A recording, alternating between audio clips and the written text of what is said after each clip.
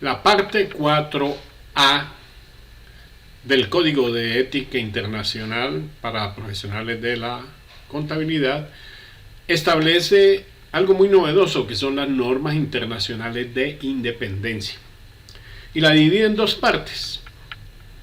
La parte 4A, que se refiere a los trabajos o encargos o contratos de auditoría y de revisión de información financiera histórica.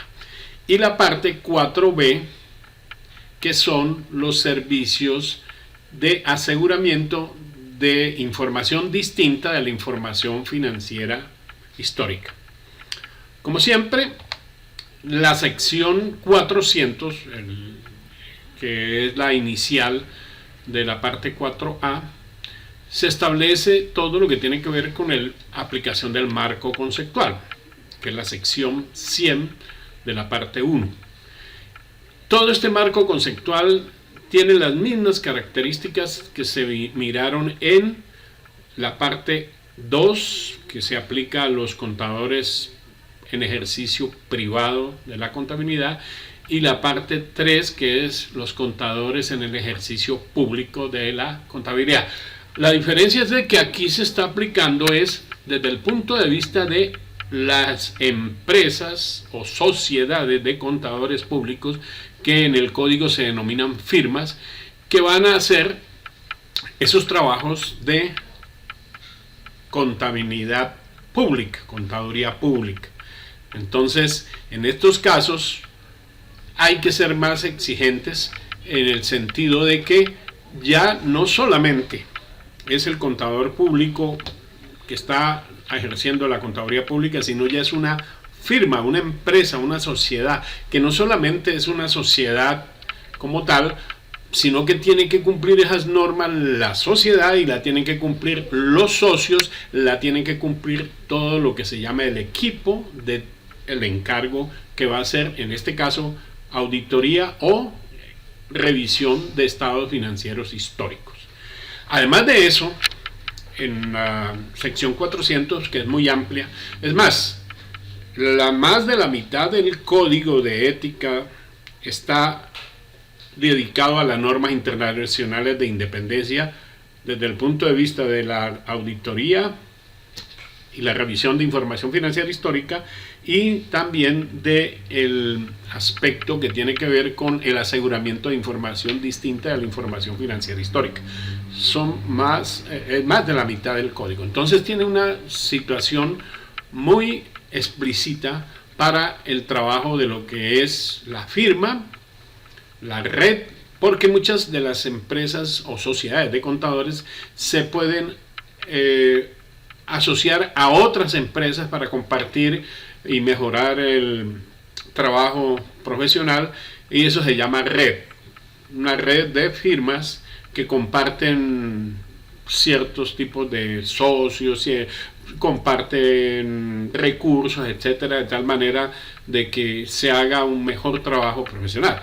Entonces, esa aplicación del marco conceptual se vuelve mucho más complejo, porque allí entra a jugar, primero que todo, que no haya amenazas, o buscar hacer un inventario de las amenazas al cumplimiento de los 5 principios fundamentales que están establecidos en la sección 110. Y además, buscar la manera de que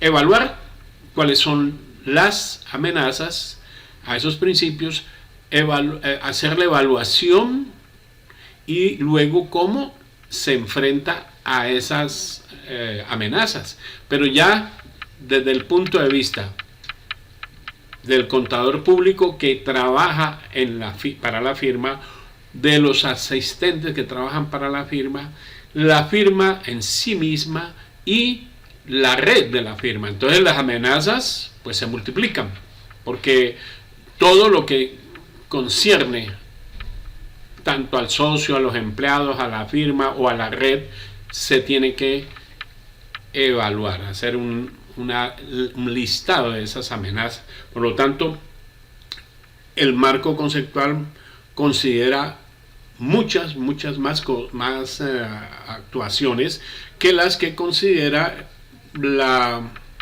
sección 200, que se aplica a los contadores en ejercicio privado, o la sección 300, que se aplica a los contadores públicos en ejercicio público.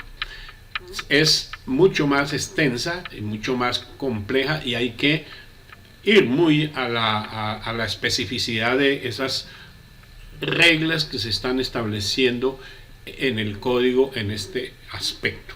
Entonces hay que tener mucho cuidado, porque no es lo mismo ejercer la contaduría pública desde el punto de vista de contador público, persona natural, que la contaduría pública como firma, como sociedad de contadores.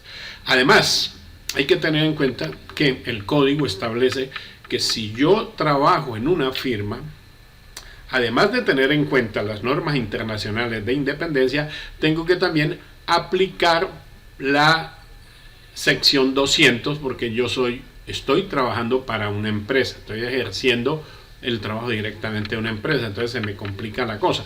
Las normas internacionales de independencia buscan que se establezca algo muy importante que se ha dicho a través del código: mantener una actitud mental independiente. Eso es lo primero que todo.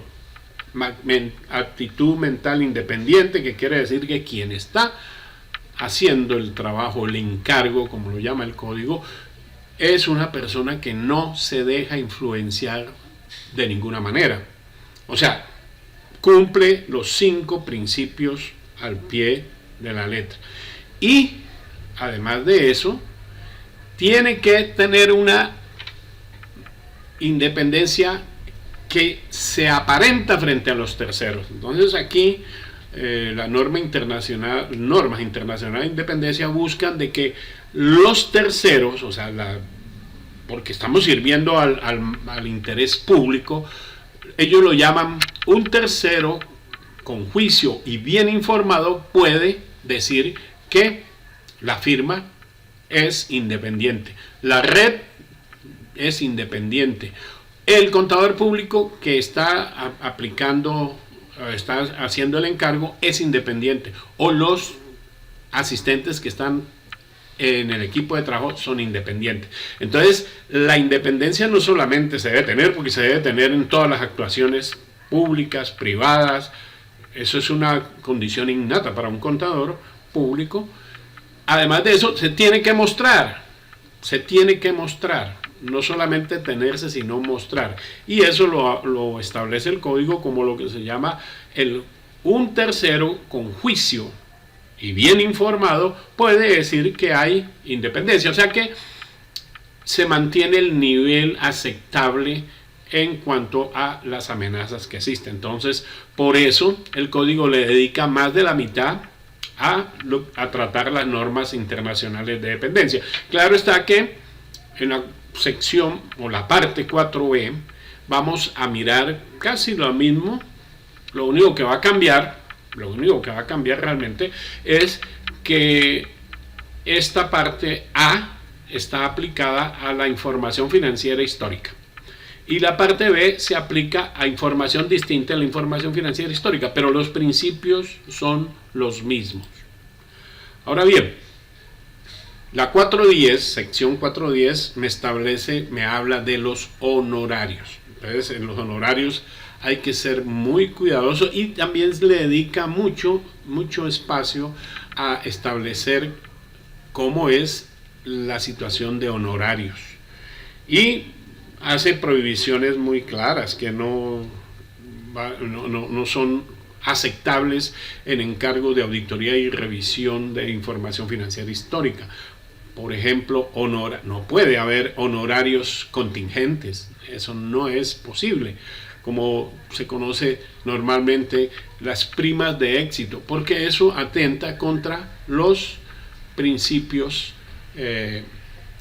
los 5 principios, especialmente el principio de integridad, al principio de objetividad. Y esos dos principios unidos con el escepticismo profesional es lo que se considera realmente la independencia frente a los terceros. Frente a los terceros, porque aquí, por eso es tan extensa esta parte, porque es frente a los terceros. No internamente, porque internamente se debe tener la independencia, una actitud mental independiente. Entonces, por ejemplo, aquí está la situación de primas de éxito. Yo no puedo contratar o no puedo adelantar un encargo sabiendo de que voy a ganar los honorarios dependiendo del éxito que tenga mi informe, la emisión de mi informe. Eso no puede ser. El informe se va a emitir, no importa cuáles son los honorarios. No puedo ganar más por dar un informe de tipo favorable o ganar menos por un informe modificado, etcétera. Entonces está muy clara la parte de honorarios. Ahora bien, 411, la sección 411 se dedica a establecer cómo es las políticas de remuneración y evaluación dentro de la firma. Las firmas de contadores públicos, sociedades de contadores públicos o redes, si es que está metido en una red, se dedican a una cantidad de trabajos, y esos trabajos no necesariamente son encargos de auditoría y revisión o de información financiera o aseguramiento de información financiera distinta de la información financiera histórica. Entonces, dentro de las políticas de remuneración no puede haber pagos por trabajos que se consigan con los clientes que van a ser objeto de auditoría y revisión, porque eso implicaría una amenaza de interés propio y una amenaza de familiaridad, una amenaza de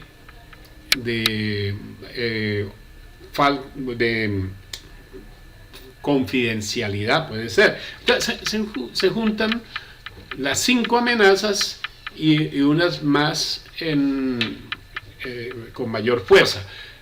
Por ejemplo, la amenaza en todas estas secciones, la amenaza que más se visualiza es la amenaza de interés propio. Entonces aquí me está hablando de interés propio, y también está subyacente la amenaza de abogacía, porque si yo estoy siendo remunerado por trabajos que voy a recibir del cliente al cual le vamos a hacer la auditoría, pues allí estoy promoviendo esta situación. La sección 430 me está hablando o trata los litigios que haya en curso entre el cliente. Aquí en este caso siempre se va a manejar la persona o empresa o entidad a la cual se le prestan los servicios de auditoría o revisión de estado de información financiera histórica. Se le denomina cliente, es un cliente. Entonces puede haber controversias o litigios del cliente con la firma de auditoría, o del cliente con socios de la firma de auditoría, o con personal del equipo de trabajo de la auditoría, o con la red, si es que está en red. Por eso es tan extenso esto. Entonces pueden haber litigios en curso que pues le quitan necesariamente objetividad, está atentando contra el principio de objetividad, y puede haber problema en el sentido de que haya amenazas de intimidación o de interés propio. Entonces, litigios en curso no pueden haber con esas las personas que estamos hablando, y tampoco amenazas de demanda, porque también esa amenaza de demanda al socio, a la firma, del equipo del trabajo o a una de las firmas de la red es una intimidación. Entonces todo eso tiene que estar tratado muy delicadamente. Entonces, como se ve, se amplifican las amenazas porque hay muchos más actores involucrados en ello.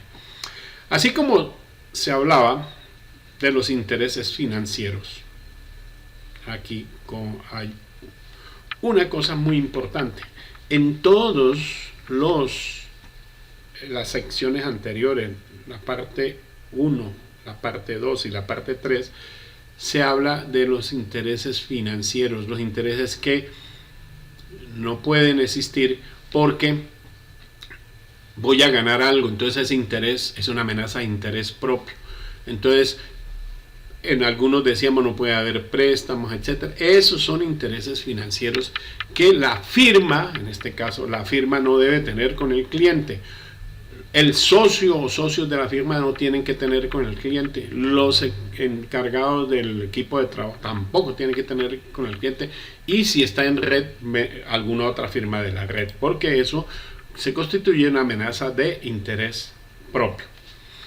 También veíamos en las secciones anteriores que era una amenaza de interés propio los préstamos y garantías. O sea, el cliente no le puede ser garante o darle un préstamo a la firma, a los socios de la firma, a las personas que forman el equipo de trabajo o a alguna firma que integre la red. Pero también esta prohibición o esta amenaza, que es amenaza de interés propio, va hacia los familiares cercanos de los socios del equipo de trabajo, de los contadores que están en el encargo de auditoría o de revisión. Entonces, tiene que mirarse, evaluarse muy bien esas amenazas que tienen que ser de interés propio o que pueden ser de abogacía también. En cuanto a las relaciones empresariales, sucede lo mismo. Esas relaciones empresariales que tenga la empresa con el cliente, la empresa de auditoría, la firma, o los socios de la firma, o los encargados del equipo de trabajo de la firma, o otra firma de la red, tienen que estar muy claramente establecidas. Y aquí hay que tener en cuenta algo muy importante, porque es una amenaza de autorrevisión, que podría ser, tiene que establecerse y definirse claramente cuál es el periodo del encargo. El periodo del encargo de la firma para hacer una auditoría o una revisión de información financiera histórica se inicia cuando la firma y su equipo de trabajo inicia la auditoría o la revisión. Y va hasta la fecha en que se termina y se entrega el informe de auditoría o de revisión. Y tiene que ver también con los estados financieros, el periodo de los estados financieros que se están examinando. Entonces son cosas muy importantes, porque las relaciones empresariales, si son antes de que la firma empiece su trabajo de auditoría o de revisión, y esas relaciones empresariales se dieron dentro del periodo que se está examinando, pues hay una amenaza de autorrevisión, hay una amenaza de interés propio, etcétera. Entonces hay que tener mucho cuidado en estas partes porque, como lo digo bien, no solamente es del contador público que está dirigiendo el encargo, sino con los socios, con la firma, con el equipo de trabajo y con las otras firmas si es que está en una red. Entonces, como ves, se complica mucho más esa parte que tiene que ver con las amenazas a los 5 principios fundamentales. La 521, sección 521, también trata sobre todo lo que se llama las relaciones personales. ¿De quién? De los socios de la firma, de los encargados del equipo de trabajo de la firma, que esas relaciones familiares y personales con el cliente no vayan a tener amenazas de familiaridad o amenazas de interés propio o aún amenazas de abogacía. Entonces hay que ser muy delicado también cuando de evaluar esas posibles relaciones. Claro que en estos casos, y no lo había mencionado, las salvaguardas pueden ser fáciles de hacer. Las salvaguardas es de que, por ejemplo, si alguno de los integrantes del equipo de trabajo tiene, en el caso de las relaciones familiares, tiene relaciones familiares con una persona del cliente que es directivo o está involucrado en asuntos de toma de decisiones sobre estados financieros o información financiera, pues la firma de auditoría o de revisión lo puede separar de ese trabajo, que es de auditoría y revisión, cosa que no es problemática cuando es trabajos distintos de aseguramiento y de revisión o de auditoría. La 522, la sección 522, se habla de cuál es la relación de servicio reciente con un cliente de auditoría. Hay que entender que un cliente de auditoría es al cual se le va a hacer auditoría de información financiera histórica o de revisión de información financiera histórica y que está asignado por el interés público. Y el interés público exige independencia. Pero hay casos, muchos, porque está una firma de contadores, una sociedad de contadores se dedica a hacer muchos trabajos. Puede ser un trabajo de impuestos, puede ser trabajos de teneduría de libro, contabilidad, finanzas corporativas, valoración, administración, puede hacer trabajos de auditoría interna, etcétera, una serie de trabajos o de servicios que presta la firma y que no son ni de auditoría ni de revisión, pero esos trabajos se le hacen al cliente y se pueden hacer. Entonces allí es donde viene la pregunta: si le acabamos de hacer un servicio de impuestos al cliente y ahora le vamos a hacer un servicio de auditoría, ojo que allí hay una amenaza clara de autorrevisión y pueden estar en sí interés propio y la amenaza de abogacía. Entonces aquí la 522 me establece muy claramente todas las circunstancias que pueden darse, porque las firmas prestan no solamente servicios de auditoría y revisión, sino también servicios de aseguramiento, pero aquí estamos hablando de un servicio que no es ni de auditoría, ni es de aseguramiento, ni es de revisión. Hay que tenerse muy en cuenta. La 523 establece qué se debe hacer y tener mucho cuidado cuando hay una relación de uno de los socios o de los encargados del equipo de trabajo de la auditoría y que ahora es directivo o pasa a ser directivo o administrador del cliente al cual se le hizo la auditoría. Entonces eso no puede ser, porque existe necesariamente una relación que está amenazada, tiene la amenaza de autorrevisión, tiene la amenaza de familiaridad, tiene la amenaza de interés propio.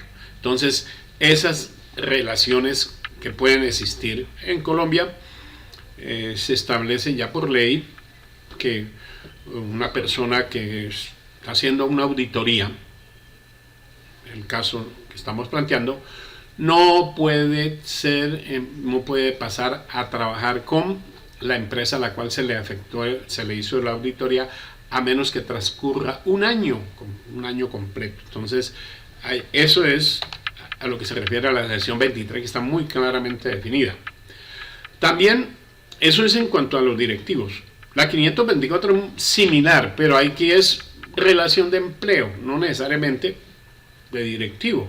Puede ser que una persona del equipo de trabajo pase a trabajar con el cliente al cual se le está haciendo la auditoría o revisión de información financiera histórica. Entonces, en este caso, si uno de los trabajadores o empleados o funcionarios de la firma tiene ofertas por parte de la empresa a la cual están haciendo auditoría, debe comunicárselos a la firma, porque así es como se maneja, para evitar ese problema de familiaridad, de autorrevisión o de abogacía, que son las amenazas que están involucradas allí.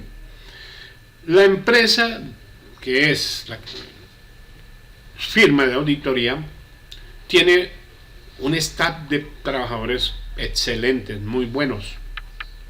Muchas veces el cliente le pide que le suministre, que le asigne parte de esas personas que están muy capacitadas, son muy competentes en las áreas que el cliente necesita y que forman parte de la firma. O sea, présteme sus empleados. Eso no debe ser, a menos que sean asignaciones muy temporales y que sean para aspectos que no tienen que ver ni con la auditoría, ni con la revisión de información financiera histórica, ni con el aseguramiento de información distinta de la información financiera histórica. Entonces, la firma tiene que estar muy cuidadosa en esto, porque se cae nuevamente en lo que llamamos amenazas de interés propio, amenazas de autorrevisión o amenazas de abogacía. Ahora bien, la 540 me habla o me trata todo lo que tiene que ver con la vinculación del personal de la firma con un cliente de auditoría. Si siempre es el mismo equipo y siempre es el mismo socio que dirige el equipo y el que va a hacerle la auditoría a un cliente o la revisión a un cliente, esa vinculación prolongada es problemática porque genera amenazas de familiaridad. Sí, es bueno rotar. Claro está que la especialización es deseable. Si un mismo socio y un mismo equipo está evaluando al mismo cliente, pues se va tomando cierta ganancia en este aspecto. Pero si es muy prolongada, se genera amenazas de familiaridad. Entonces es bueno 1 o 2 años y luego rotar. Y siempre hay un dicho muy común que se dice que escoba nueva barre bien. Entonces siempre tenemos que tener en cuenta esa parte. La sección 600, que me habla de la prestación de los servicios que no son de aseguramiento a un cliente de auditoría. Eso es establecer lo que se dijo en las secciones anteriores. La firma de auditoría no solamente hace auditoría y revisión, se dedica a prestar múltiples servicios que son relacionados, pero que no tienen que ver con el aseguramiento de la información. Entonces hay que ser muy cauto en esa prestación de esos servicios para que cuando se haga el servicio de auditoría y revisión, no caer en la autorrevisión, no caer en el famoso familiaridad, la amenaza de familiaridad, y en la parte que es la abogacía. Entonces, mucho cuidado. El código me establece claramente estas partes. Por último, está la sección 800, que me habla de los informes sobre estados financieros con fines específicos. Siempre lo que se ha hablado aquí de encargo de auditoría y revisión es información financiera histórica con fines de propósito general. En este caso es sobre unos estados financieros que tienen un fin específico y que puede tener restricciones en el informe. Entonces hay que ser muy cuidadoso. El código me lo establece sobre esta parte que tiene que ver con esos informes que van restringidos a ciertas personas, porque no es de propósito general. Entonces hay que respetarle ese deseo al cliente y su confidencialidad. Algo que se me pasó de de anotar, que es que en cuanto a los honorarios, si una empresa de una firma de auditores tiene un cliente que es muy representativo de sus ingresos de la firma, eso es una amenaza grande de interés propio. Y el código, en la sección de honorarios, establece que si es del más del 15% de los ingresos provienen de un solo cliente, la firma tiene que informarle al cliente, porque eso me está generando mucho problema en cuanto a los principios fundamentales y genera amenazas de interés propio y genera amenazas de familiaridad y genera amenazas de abogacía, porque la empresa, sociedad de contadores públicos, tiene que tener en su muy en cuenta de que si pierde ese cliente van a perder la mayoría de sus ingresos, y eso es una cosa muy peligrosa. Entonces, las salvaguardas que se sugieren es que estos casos, cuando suceden, de darle un revisor del trabajo. O sea, el trabajo que ejecuta la firma debe ser revisado por una persona que no participa en el encargo de auditoría o revisión. ¿Para qué? Para evitar esas amenazas que son muy claras y muy visibles, que es la amenaza de interés propio. Porque ¿quién no lo puede negar que a la empresa le interesa mantener un cliente que genera su mayoría de sus ingresos? En ese caso, esa salvaguarda puede ser, pero también puede ser diversificar, aumentar el número de clientes para no estar dependiendo de uno solo.